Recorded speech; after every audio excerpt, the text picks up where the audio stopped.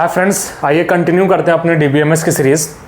Last video में मैंने entity के बारे में समझाया था, बहुत ही बेसिक सी चीज़ समझाया। नहीं देखो तो एक बार जाके देख लो एंटिटी और एंटिटी सेट क्या होता है। ठीक है, ईआर डायग्राम शुरू किया था मैंने, ईआर डायग्राम स्टार्ट किया था, सबसे पहला टॉपिक डीबीएमएस में लास्ट वीडियो में समझाया हूँ। एंटिटी उसमें हम पढ़ लिए थे, ईआर डायग्राम में बहुत अच्छे से कंसेप्ट समझाया था, जाके देख लेना एक बार।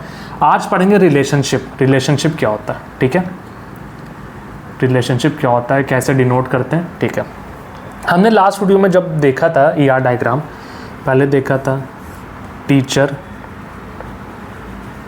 फिर यहाँ पे बनाया था उनका रिलेशन स्टूडेंट के साथ। सबसे इजी एग्जांपल होता है समझाने के लिए ये स्टूडेंट टीचर का, ठीक है, इससे समझ में बहुत अच्छा आता है।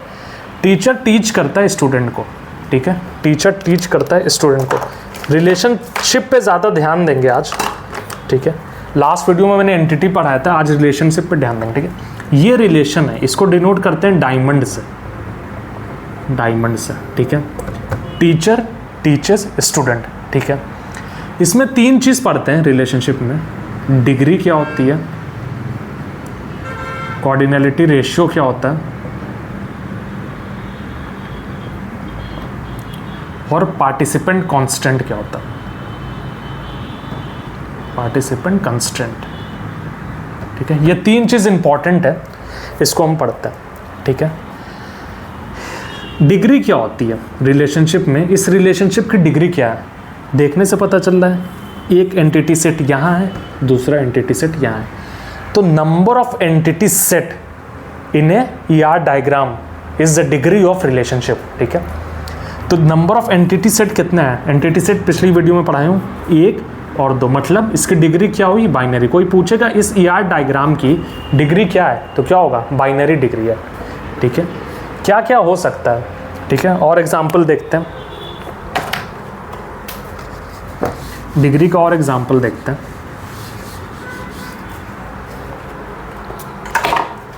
सबसे पहले देखा हमने बाइनरी, किसी ईआर डायग्राम में जब 2 एंटिटी सेट रहेगा वो बाइनरी होगा।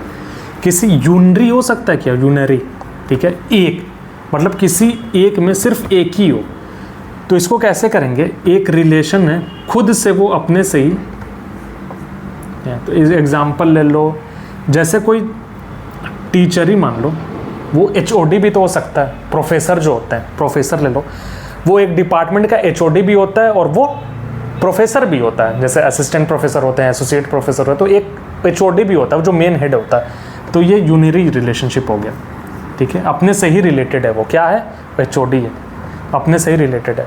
टर्शियरी क्या होगा,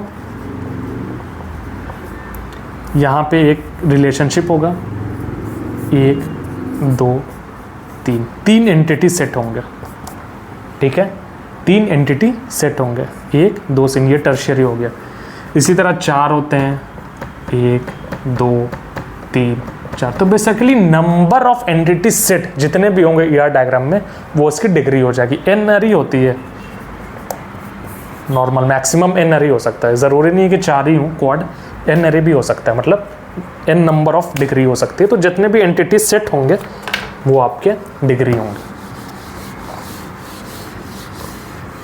इसके बाद सेकंड मैंने बताया कोऑर्डिनलिटी रेशियो क्या होता है।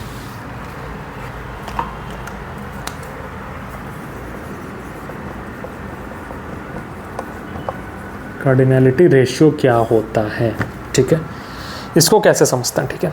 2 एंटिटी सेट हमने लिया था अभी, एक टीचर लिया था, एक स्टूडेंट लिया था। सबसे अच्छा एग्जांपल होता है समझने के लिए टीचर स्टूडेंट का, T1 T2 T3 T4, S1 S2 S3 S4, ये आपका स्टूडेंट हो गया, वो आपका टीचर हो गया।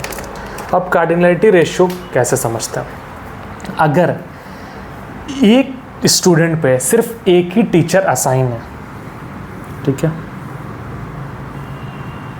1:1, ठीक है, ये 1:1 इसका कोऑर्डिनेशन रेशियो, मतलब इस एंटिटी सेट से सिर्फ एक ही इससे रिलेटेड है, एक टीचर से एक ही स्टूडेंट रिलेटेड है, तो क्या होगा, 1:1, टीचर यहाँ, ये रिलेशन, ये स्टूडेंट, ये 1:1 इसको बोलते हैं, ठीक है। अब दूसरा क्या होता है, 1:many, 1:many, 1:n कह लो। मतलब एक टीचर कई स्टूडेंट को पढ़ा सकता है, कोई इसमें कंस्ट्रेंट नहीं है, ठीक है।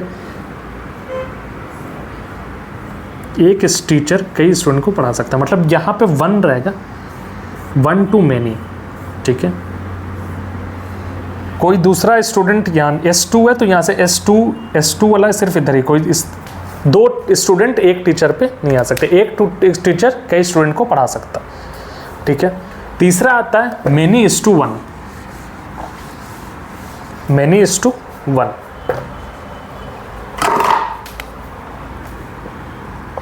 many:1, T1, T2, T3, T4, S1, S2, S3, S4, T1 भी इसी को पढ़ा रहा है, T2 इसी को पढ़ा रहा है, T3 भी इसको पढ़ा रहा है, T4 भी पढ़ा रहा है। many:1, लेफ्ट साइड में many रहेगा, राइट साइड में 1 रहेगा, बहुत ईजी है। चौथा आता है many:many,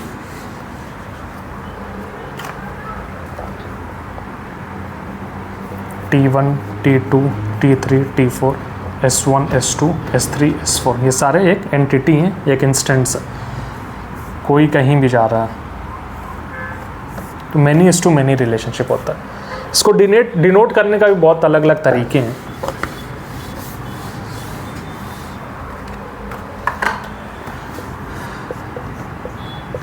जैसे ये टीचर हो गया, ये स्टूडेंट हो गया, कुछ तो लिख देते हैं अभी जैसे मैंने बताया था, कुछ लोग जैसे many के लिए स्टार बना देते हैं, ठीक है, 1 के लिए यहाँ एरो कर देते हैं, या many के लिए एरो कर देते हैं, 1 के लिए कुछ नहीं करते हैं, तो अलग अलग नोटेशन है, इससे कुछ चेंज नहीं होता, बस एक नोटेशन है।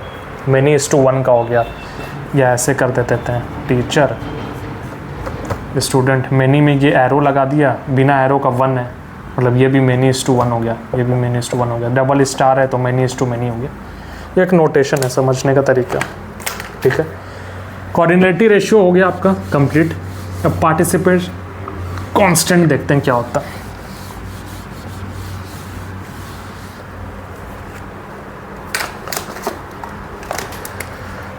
मान लीजिए यहाँ टीचर है, एक एंटिटी सेट है, यहाँ स्टूडेंट है, एक एंटिटी सेट है, T1, T2, T3, T4, S1, S2, S3, S4। कोई पार्टिसिपेंट कांस्टेंट समझता है, अगर एंटिटी सेट टीचर में, ठीक है, सारे के सारे पार्टिसिपेट कर रहे हैं किसी न किसी रिलेशन में, अगर T1 भी पार्टिसिपेट कर रहा है, T3 भी पार्टिसिपेट, T4 भी पार्टिसिपेट कर रहा है, इसको बोलते हैं टोटल पार्टिसिपेंट। अगर एक भी इंस्टेंस, एक भी एंटिटी पार्टिसिपेट नहीं कर रही है, इसको बोलते हैं पार्शियल पार्टिसिपेंट।